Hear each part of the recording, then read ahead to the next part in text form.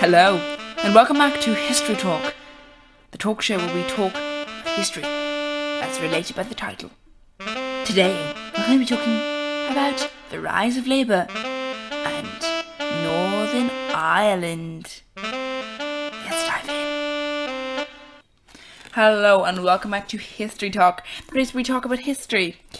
Yep, so basically, we're going to be talking about Labour today. Well, more the party, not work.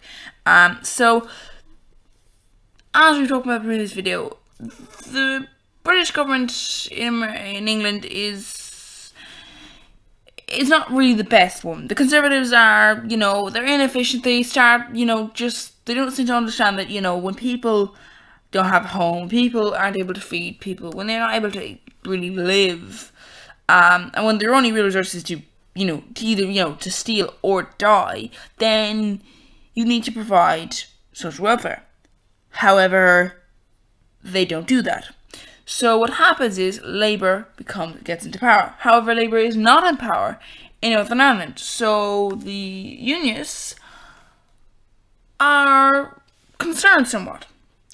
However, they do not need to be. The Labour government passes the Northern Ireland Act, which states that Northern Ireland was not allowed to leave the UK without the consent of Northern Ireland's Parliament. However, there is one fault with this.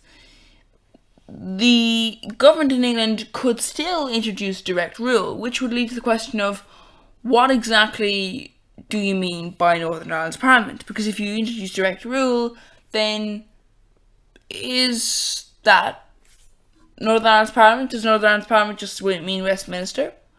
Well, anyway, besides that, the Labour government also introduced the welfare state. Northern Ireland is benefited from social reforms in the area of welfare, healthcare and education. These were introduced by Labour Prime Minister Clement Attlee. In the aftermath of the Second World War, benefits are introduced such as free healthcare and free second-level education. These were also extended to Northern Ireland in the late 1940s. Of particular significance is the Education Act. This was introduced in 1947. This makes secondary school education available to all children of age 11, and grants were available to those wishing to access higher education, such as university. Many individuals were benefited with this would later play a key role in things such as civil rights. These include John Hume and Bernadette Devlin.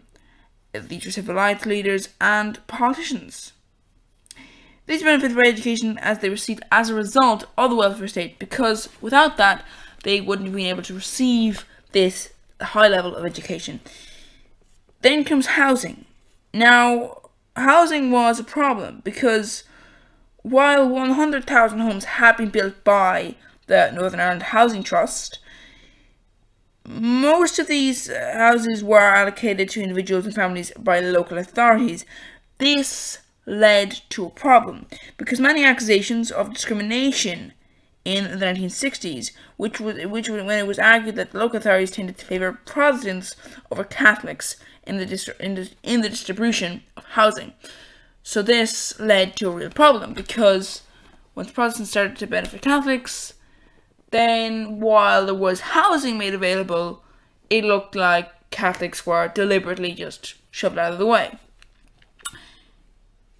Then comes the Howe Report, because while the economy had basically disintegrated in Northern Ireland, the Howe Report suggested that the government should try to attract foreign investors to set up factories and businesses in Northern Ireland instead of trying to develop existing industries, because the existing industries in Northern Ireland were out of date for the Northern Irish economy as a whole, because the industries that Northern Ireland had were shipbuilding, linen, and this type of thing. So what that meant was that it resulted in essentially a problem, because all of linen was made elsewhere, all of the ships were made elsewhere.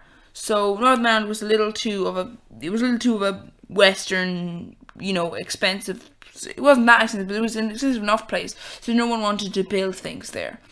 So if they attracted new businesses and new industries, then they might be able to improve the economy. In 1963, Basil Brooke, who was aged 74. He'd been in office as Prime Minister for 20 years. He was considered incapable of introducing the modern economic policies needed to improve the standard of living for people of Northern Ireland, so he was replaced by Prime Minister Terence O'Neill in March 1963. Now, O'Neill declared that the aim of his government would be to transform Ulster. In O'Neill's view, the two key areas that needed to be reformed were the economy and the relationship between unionist and nationalist communities.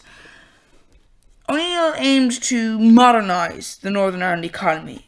His plan was to improve infrastructure and provide financial incentives that would be able to attract foreign investments and investors to establish businesses in Northern Ireland. To a large extent, he was successful in these aims. New motorways were built. Construction began on a new city called Craigavon.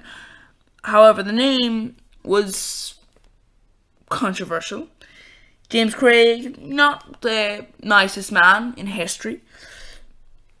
This new city was located in the south of Belfast. Foreign companies such as Goodyear and Gunreg set up operations in Northern Ireland. So, this benefited the economy. Another aim that O'Neill had stated was to build bridges between the two traditions within our community. During his years as Prime Minister, O'Neill made frequent visits to Catholic schools, hospitals, and in January 1965 there were significant improvements in North-South relations when the Taoiseach Shane Lemass met with O'Neill at Stormont. O'Neill made a return visit to Dublin the following month. However, O'Neill had made significant progress in the areas of economy and relations with the nationalist community.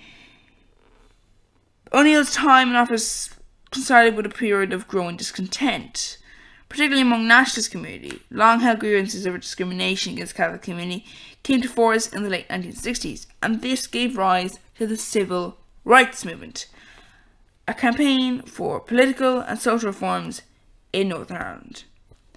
And this really shows something, because while it didn't really matter that O'Neill was making these attempts to look as if he was pro, or not pro, but simply just he was willing to connect the bridges. However, he wasn't doing anything for nationalists. The houses that were built were still allocated to Protestants as a majority. They were still being discriminated. There was still gerrymandering going on, and there was still an east of the river ban policy. Employment was still a problem. So all of these problems were still there. So while, yes, publicly O'Neill had an image of being the man who was going to connect the bridges, he was going to make things good, he was going to decide, he was going to, basically build the bridges and being able to end the nationalist unionist tension, he wasn't introducing any actual policies. And while some accepted this view of, he has these little, visits, they do not convince the Civil Rights Movement. And that is what we will be talking about in our next video. Thank you for listening to this, an episode of History Talk. If you'd like to just click away on another video, that'd be good. After I say this, there should be some videos appearing up on the screen. You can click one of those. If you want to subscribe, they are apparently good. Anyway, so if you want to subscribe, that's also good. So yeah, basically, if you go on other videos, subscribing. Apparently sharing is good, but I'm not sure about sharing. Sharing is weird, because, what if you share it and no one views it, then, that's just a waste of your time. It doesn't take much time to subscribe, but it takes a bit of time to share. Why would you want to share anyway? Anyway. Yeah, so basically. Yeah, goodbye then.